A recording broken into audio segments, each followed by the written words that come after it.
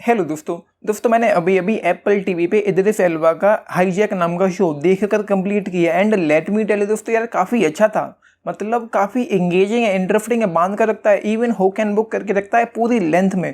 पूरी अपनी लेंथ के दौरान जो 7 एपिसोड यहाँ पर थे इसने मुझे पूरी तरह से हुक एंड बुक करके रखा है एंड ऐसा कुछ भी ज़्यादा मोमेंट नहीं थे जब मुझे लगा हो कि मैं डिस्कनेक्ट हो रहा हूँ या बोर हो रहा हूँ या स्लो पेसिंग हो रहा है या उबाऊ सा हो रहा है या कुछ ऐसा हो रहा है जो यार उतना इंटरेस्टिंग ना हो देखने के लिए।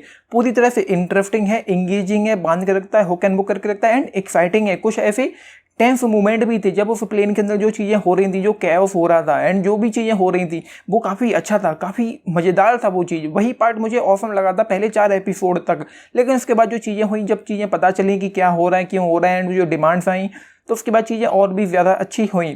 तो प्लेन को लेकर, प्लेन के अंदर को लेकर जितने भी सीन्स थे वो सारे के सारे ऑसम थे। वो कमाल की राइटिंग थी, बेहतरीन राइटिंग थी एंड वही चीज़ मुझे यहाँ पर बहुत अच्छी लगी। एंड इदरिस एल्वा का जो कैरेक्टर है भाई साहब, मतलब इदरिस एल्वा ने यहाँ पर फाड़ के रख दिया है। एंड भाई मतलब जो कॉर्पोरेट बिजनेस नेगोशिएटर है वो जिस तरीके से चालें चलता है, जो दिमाग लगा के वो उन लोगों को अपने अंडर में लेता है, अपने बहलावे फुसलावे में लेकर आता है एंड वो जिस तरह से जो कुछ भी वो करता है वो मैं बताऊंगा नहीं, वो जो कुछ भी कर रहा था, जिस तरीके से उन लोगों के दिमाग से वो खेल रहा था, स्पेशली उस एक बंदे के दिमाग से जिस तरीके से वो खेल रहा था, वो कुछ काफ़ी अच्छा था। एंड लास्ट में एक चीज़ हुई बिल्कुल अंत में, जब इदरिस एल्वा कहता है कि से चीज़, वो सीन ऑसम था यार, मतलब कमाल का था। एंड 5th एपिसोड में एक मोमेंट था जब चीज़ें बहुत ज़्यादा टेंस हो गई अचानक से, जब वो सिर्फ एक लाइन बताऊंगा, लेस देन एन आवर, बस ये इतना आप समझ लो। 5वें एपिसोड में जब वो मोमेंट आएगा तो आप समझ जाओगे कि मैं इस चीज़ को पॉइंट कर रहा था।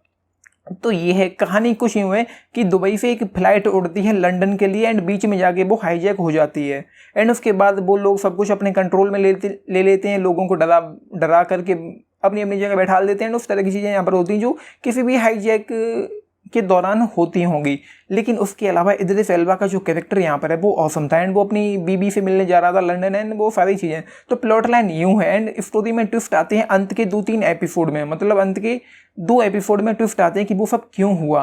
4th एपिसोड के अंत में लंदन के होम सेक्रेटरी के हाथ में एक वो पहुंचा पार्सल जिसमें डिमांड्स थी कि उनकी डिमांड क्या है, इस प्लेन को हाईजैक क्यों किया गया। उसके बाद 5वें एपिसोड से चीज़ें क्लियर हो पाती हैं कि जो भी था रैनसम था या वो जो कुछ भी था मैं बताऊंगा नहीं, रैनसम नहीं था, वो कुछ और ही था। तो वो चीज़ें अच्छी थी। एंड एक चीज़ और यहाँ पर अच्छी है कि प्लॉट लाइन, मतलब कहानी जो है, मेन जो प्लॉट लाइन है, जो स्टोरी लाइन है, वो 4 एपिसोड तक कुछ बहुत आगे नहीं बढ़ती, लेकिन उसके बावजूद इसका जो स्क्रीन प्ले है, जो राइटिंग है, जो इंटेंसिटी है, जो एक्साइटमेंट है, जो मूवमेंट है, जो टेंशन है, जो थ्रिल है, जो सस्पेंस है, वो अच्छा है। वो आपको जकड़ के रखेगा, बिल्कुल पकड़ के रखेगा, एक्साइट करेगा, हुक एंड बुक करके रखेगा। एंड जैसा कि मैंने कहा, कुछ भी ऐसा नहीं मुझे लगा कि ये शो ठंडा पड़ रहा हो या बोरिंग हो रहा हो या लेंदी हो रहा हो या स्लो पेसिंग हो रहा हो। इवन इंग्लिश में है ये, हिंदी में ये नहीं है। हिंदी के लिए सिर्फ सबटाइटल्स आपको मिल पाएंगे, तो ये एक डिसअपॉइंटमेंट हो सकती है इंडिया के लोगों के लिए। लेकिन यार मुझे मज़ा आया इसको देखते हुए। मैंने इंग्लिश में ही देखा, ऑफकोर्स कोई और ऑप्शन था नहीं, तो मैंने इंग्लिश में ही देखा एंड मुझे मज़ा आया भाई इसको देखते हुए। एंड ऑनेस्टली प्लेन हाईजैकिंग को लेकर या प्लेन को लेकर उस तरह की जो चीज़ें होती हैं, वहाँ पे एक अलग लेवल का थ्रिल होता है, तो वो मूवीज मुझे बहुत पसंद आती हैं। फॉर एग्जांपल रनवे 34 है, एक प्लेन मूवी आई थी जिसमें गैरल्ड बटलर था एंड वो जहाँ पे जाके लैंड हो गया था। एंड एक मूवी और थी, आई गेस मुझे नाम याद नहीं आ रहा। तो कुछ ऐसी मूवीज हैं जो काफ़ी अच्छी बन पड़ी हैं एंड ये शो उसी लेवल का है।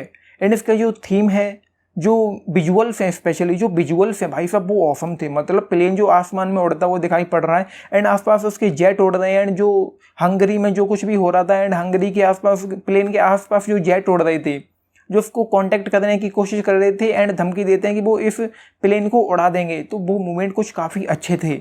तो ये चीज़ें यहाँ पर अच्छी हैं। तो प्लेन को लेकर, प्लेन के संदर्भ में यहाँ पर जो भी चीज़ें हो रही थी वो ऑसम है। राइटिंग गजब की है, स्क्रीन प्ले पूरी तरह से तगड़ा है, पूरी तरह से टाइट है, पूरी तरह से हुक एंड बुक करके रखता है, बांध कर रखता है, एंगेज करके रखता है। एंड जैसा कि मैंने कहा, आपको थ्रिल भी फील होगा यहाँ पर। अच्छा खासा थ्रिल है इस शो में, जो मोमेंट थे वो अच्छे थे।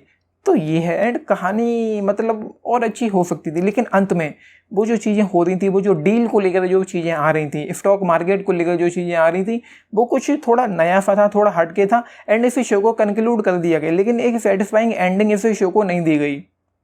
मतलब यहाँ पर सारे के सारे पत्ते खत्म हो जाएं, खुल जाएं, क्लियर हो जाएं कि अब ये नहीं आना है, तो ऐसा मैं नहीं कह पाऊंगा। हो सकता है कि यहाँ पर मतलब यहाँ पे अगर मैं अपनी बात करूँ तो आई गेस 10 मिनट और देने चाहिए थे इस शो को, जो ये पूरी तरह से ख़त्म हो जाता, पूरी तरह से कंक्लूड हो जाता। तो यह बाकी इदरिस एल्बा के कैरेक्टर सैम नेल्सन की जो राइटिंग है वो ऑसम है, मतलब बहुत अच्छे तरीके से उसको लिखा गया है यहाँ पर। मतलब वो एक बिजनेस नेगोशिएटर है एंड जिस तरीके से वो अपना दिमाग चलाता है उस प्लेन में, वो उस चीज़ का मैं फ़ैन हो गया। एंड उसकी एक्टिंग है भाई सब ऑसम परफॉर्मेंस दी है इदरिस एल्बा ने। एंड उसके जो सीन्स थे स्पेशली प्लेन के अंदर जब शो चल रहा होता है, प्लेन के अंदर के जो सीन्स थे तो ऑफकोर्स इदरिस एल्बा को ही फोकस करके ये चलेगा। तो इदरिस एल्बा के जो सीन्स थे वो ऑसम थे, उसको देखने में असली मज़ा आता है यहाँ पर। तो ये है बाकी परफॉर्मेंस दूसरे एक्टर्स की भी बहुत अच्छी है, तो मुझे नाम नहीं पता है, लेकिन जैसे स्टुअर्ट था वो बंदा था, एंड मार्शा थी उसकी बीवी, डैनियल था, एंड कैप्टन था रॉबिन। एंड वो जो चैलेंज चल रहा था कैप्टन जो उसने एक डिस्ट्रैक्शन किया था जो विक वैग वाला, वो अच्छा था, वो मोमेंट अच्छे थे। एंड एक चीज़ और थी यहाँ पर, प्लेन जब हाईजैक हुआ सेकेंड एपिसोड से, जब उनको पता चला कि ये फॉल्स अलार्म था एंड उसके बाद उनको किसी तरीके से नीचे ज़मीन पर ग्राउंड्स पर एटीसी को, अथॉरिटीज़ को ये बताना है, ये डाउट करवाना है, एटलीस्ट डाउट करवाना है कि वो उनको शक हो, उनको डाउट हो कि हाँ ये प्लेन वास्तव में हाईजैक हुआ है। तो उसको लेकर यहाँ पर ये लोग जो कुछ भी कर रहे थे, जैसे कि वो डाइवर्जन क्रिएट कर रहा था एंड वो phone voice male and calls, तो वो चीज़ें अच्छी थी यहाँ पर। तो ये है। सो भाई मेरी तरफ से 3.8 स्टार्स आउट ऑफ 5 इस शो के लिए। आपने देखा है, लेकिन बताना आप लोगों का इस शो पर क्या टेक एंड है। मैं कहूँगा कि आप पूरी फैमिली के साथ इसको देख पाएंगे। सो ये है एंड आपने देखा, लेकिन बताना आप लोगों का इस शो पर क्या take and. Like share subscribe भी करना चैनल को, वीडियो को एंड दिस इज नितिश खाने का थैंक यू। एंड मैं कहूँगा कि हिंदी में नहीं लेकिन फिर भी देख लो, अगर इंग्लिश समझ में आती है तो ये हाईली रिकमेंडेड मेरी तरफ से। Thank you.